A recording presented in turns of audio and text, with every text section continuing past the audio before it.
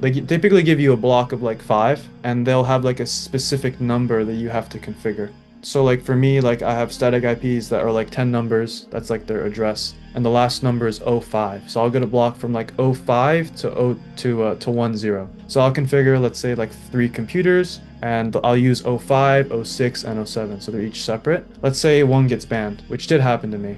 I just don't use that static IP. I use another one because I have a lot. You don't really need to do that because you're processing too many items. Let's just say you get like 300 items that meet your criteria. Send it to the bulk lister, and the bulk lister will do the rest. For 10 phone numbers, you only need one phone. You just need to be able to switch out the SIM when you use that phone number to get a passcode, which is basically all we use it for when we make an eBay account.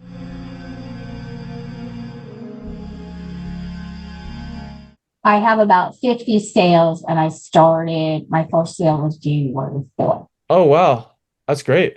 No, Yeah, good job. Great job. That's awesome. thank you. Yeah. So, I wanted to ask, what companies people typically use to create an LLC? I know there Yeah. was LegalZoom, and there was another one that I had Googled. Yeah. I used Bizee. Yeah, that was the That other one, that I one's think. a bit cheaper than LegalZoom, I believe. I did a It is. Wyoming LLC, Wyoming LLC, and then I did do a virtual address with Bizee, but it's like $30 a month. So if you want to, you can make the LLC with Bizee, and then you can use an alternate service like Buffalo Agents for the registered address or registered address slash agent, because they're like $6 a month, so they're a bit cheaper. But if you use Bizee for the registered agent, it's like $29 a month. So it's not a huge deal. Registered agent. Yeah. So yeah, I would do Bizee. And then you can do an LLC in your state, or you can do Wyoming. It actually doesn't really matter. Like for my accounts, I have Wyoming LLCs, and then I use Connecticut addresses because I live in Connecticut. Doesn't matter. Okay. Yeah. Yeah. So I would use Bizee. Okay, thanks. Then the next question is I went into EcomSniper. I've been listing a little bit more than 100 per day. And so now I'm starting to get lower on my credits. Mm. And so I kind of just divided the number of days left in the month and the number of credits I had by the number of credits divided by the number of days. And I only have like I think like 30 some I can miss today. Yeah. Is that okay to drop down from 100 to like 30 something? Yeah, no, you can use up all the credits. I would try to get more. I believe when you attend the meetings, you get 500 credits. And then whenever you post wins to the Discord, you can get 10 credits per win. But I mean, Noyan, please mistake me if I'm wrong, but anyone that attends should be able to get some credits if I'm not mistaken. Yeah. Every week, whoever joins the weekly call, they get 500 credits. Yeah, So and how like you're both. gonna get it? Yeah. You can go to your dashboard and post and earn, and you will post your task as a joint meeting and request for 500 credits.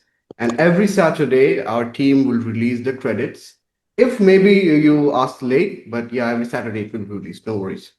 I thought it Because was 300. I've been and that requesting was 300. under where do I find that to post the task? You will get on your dashboard, EcomSniper dashboard. If you go to ecomsniper.io and on the right side top right, you will see a button set called dashboard. And then from your left side, you will find an option. It says post and earns.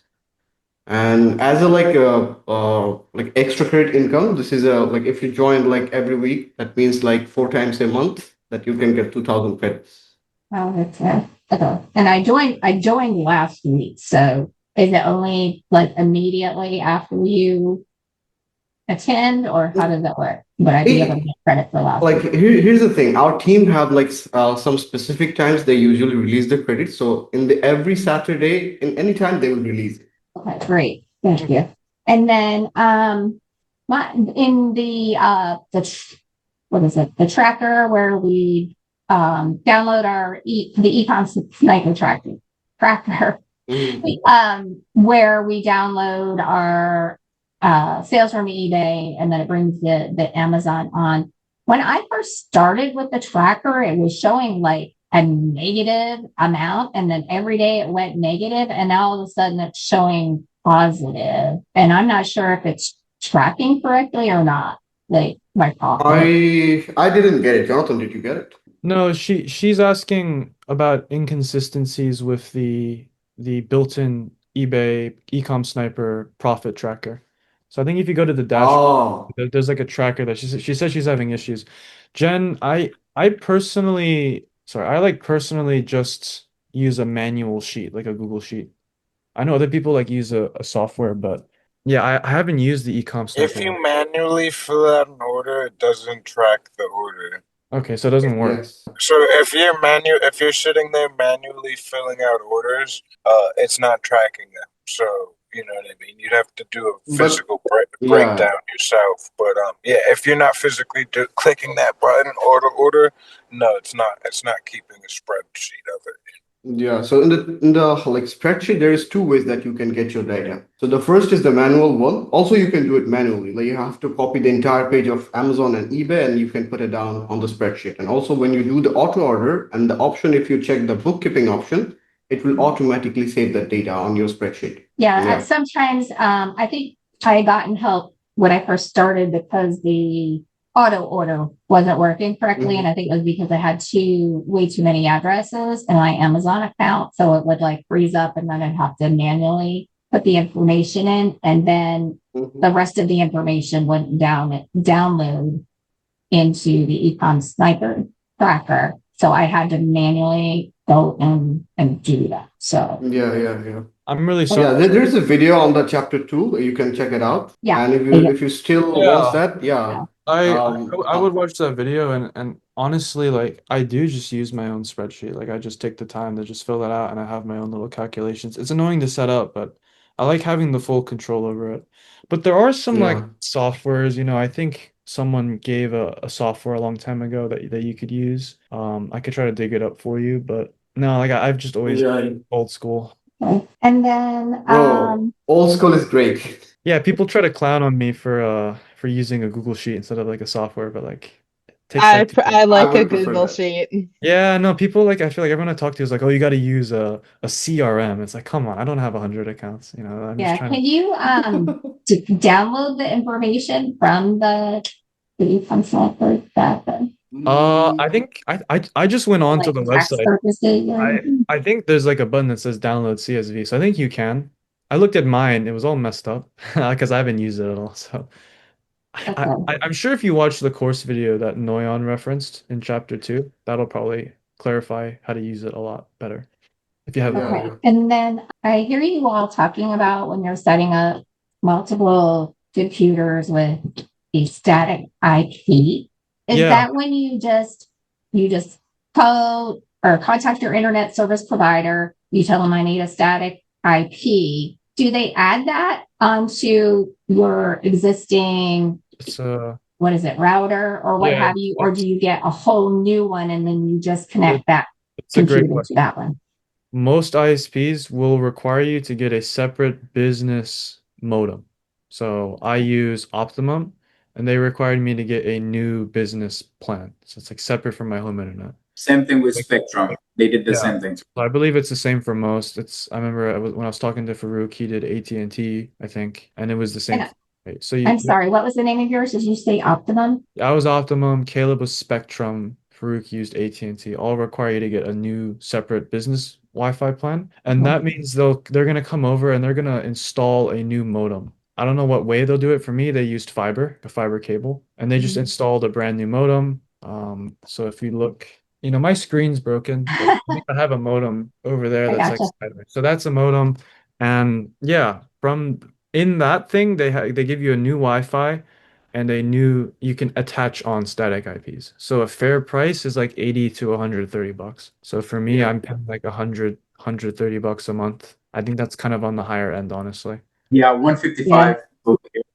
So it varies depending on location, a lot of other factors. But for me, yeah, somewhere in that 130. Farouk got it for like 110, so like you can get a bit cheaper sometimes, but that's going to include your business Wi-Fi every month plus your static IPs. Usually you get like a block of 5 or a block of 13 or a block of 100, something like that. Okay. And from And static IPs basically give you a way to have unlinked accounts. It's like a brand new, fresh. So like if you make a mistake, you don't ever threaten your older accounts. So you kind of can keep them secure.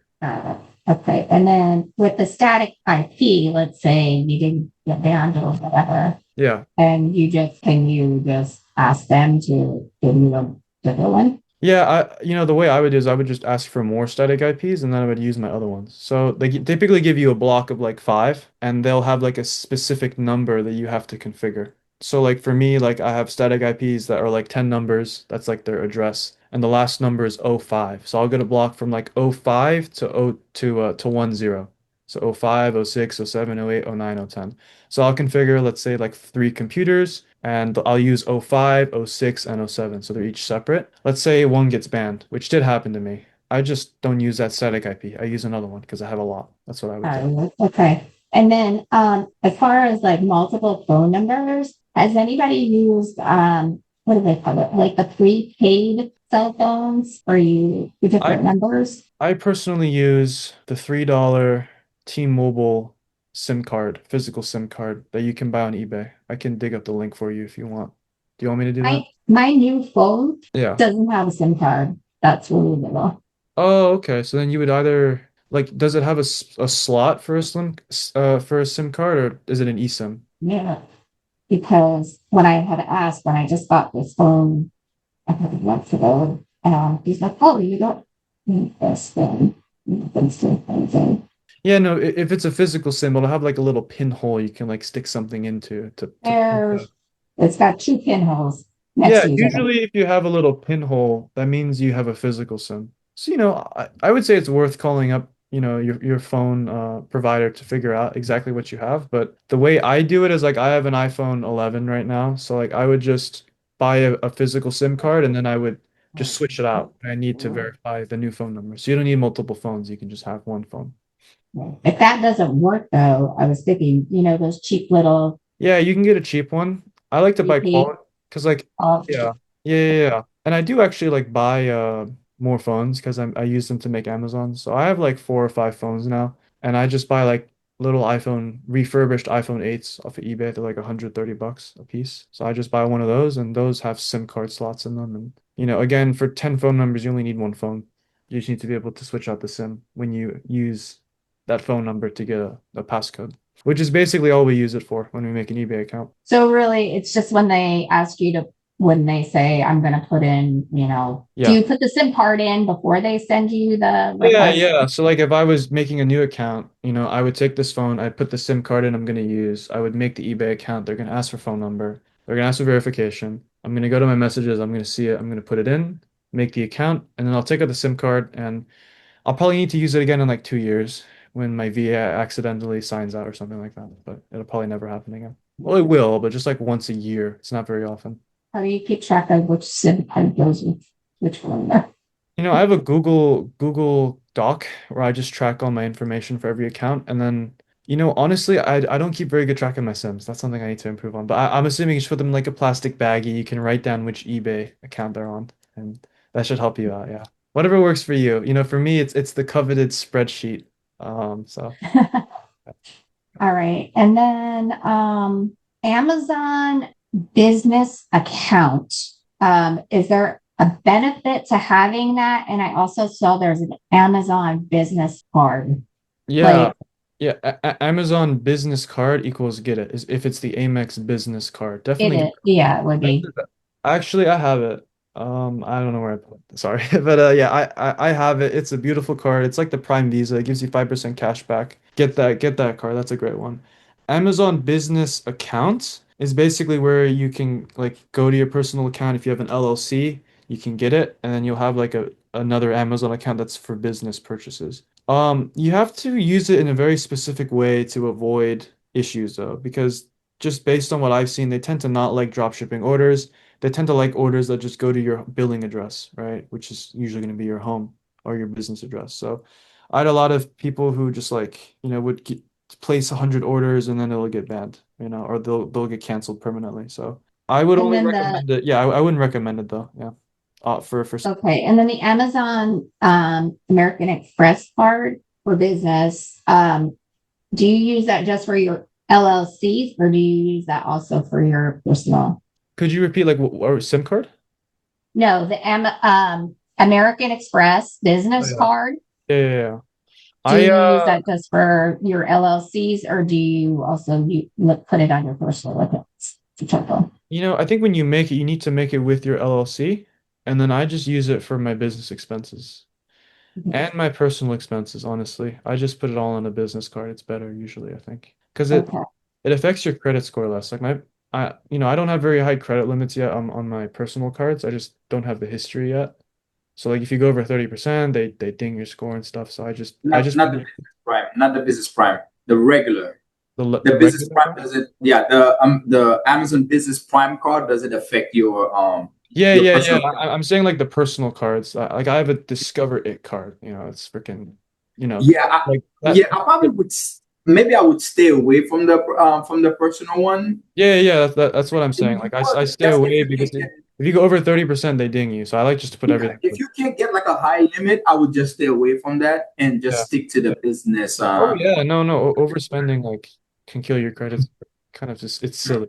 But yeah. But the business prime card, that Yeah. would be a Right. that would be a great way to push to propel yourself forward Like because it's like go one of ahead. the best ones to get, I think. Yeah. Yeah, that's the best one to get, especially The best one. Yeah. for what we do. That's like the best one to get, the business prime card, Yeah. because you get the 5% cash back, and if you have if you have like a great business experience index score, you can get like a very high limit. Mhm. Yeah.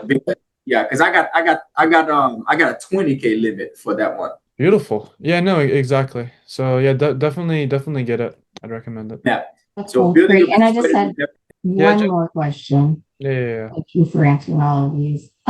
There was, I think it was Sammy, Mm-hmm. that I saw him. I think it was the last time he was on. So I think it was what, 2 weeks ago, something like that, when he was Yeah. on. And he was talking about doing, or maybe it was a video that I saw. It was a video that I saw. There, he said how to on Product Hunter that you can, and he said do it on a computer, but it kind of sounded like it was something that you would do on the phone. Basically, as far as you can look at the listings and delete which ones you don't want. He said, you swipe right if you, I guess, want to keep something, you swipe left if you want to delete it. And he said by using the keys on your computer. And when I click in there, like I can't do anything. So I'm wondering if he means on your mobile app or does anybody know Whoa. what he's talking about? Like, is this about you said something with the product hunter? Yeah, with Product Hunter. So like when you Well, load it, when you load everything in and you can view actually what each item is. yeah. And so you can go through and be like, oh, this doesn't look like something I should be posting. No, yeah, I've never done anything like that because like I'd at like scale, to. you're just posting so many items that's hard to keep track of everything. But yeah, no. Does anyone have any ideas? Because I've never even heard of this feature. Wait, can you repeat the feature? Yeah, Yeah. I repeat it. So I believe I was watching a video that Sammy was talking about. And he said when you bring up Product Hunter and you run it, I know there's like if I bring up the Product Hunter, I can tell you exactly. So on Product Hunter, okay, after you search the keywords, I think there's like images that come up where you can view if it's not going to let me do it unless I actually put that in. But you can actually view the actual products. There's pictures of them and it gives The you comparison. no, not the comparison. Because at the top I'm on a the little left, confused with what you mean, but yeah, yeah, I'm I'm gonna have to sorry. like do it in screenshot or something. And Maybe then you could ask like Rob or someone on the Discord and kind of explain what you mean through DMs. because like I just know in the top, it'll tell you the products. On the top left, it tells you products, and then it has like the comparisons if it's not got enough or whatever. But there is a Oh, place okay. down below where you can view. I know what you're talking about. Okay, This thank you. this is what you're talking about. Yeah. So after you run, after you do the title search, right? It's gonna populate all of the items on the top. Now, under actions, it's going to ask you if you want to delete that item or if you want to keep it before you transfer it to the bulk lister. I have That's not seen where That's it not really asks something that. you need to do. You don't really need to do that because you're processing too many items. If you try to do that, it's going to take you a long time. For That's example, if you run 700 titles, and out of those titles, you get, let's just say you get like 300, items that meet your criteria. You don't want to sit there through all those 300 items and trying to figure out which one to delete, because it will give you the options to delete which one you don't want to list. You don't really want to do that, because once you have your criteria already met, send it to the bulk lister, and the bulk lister will do the rest. right. Thank you. You work.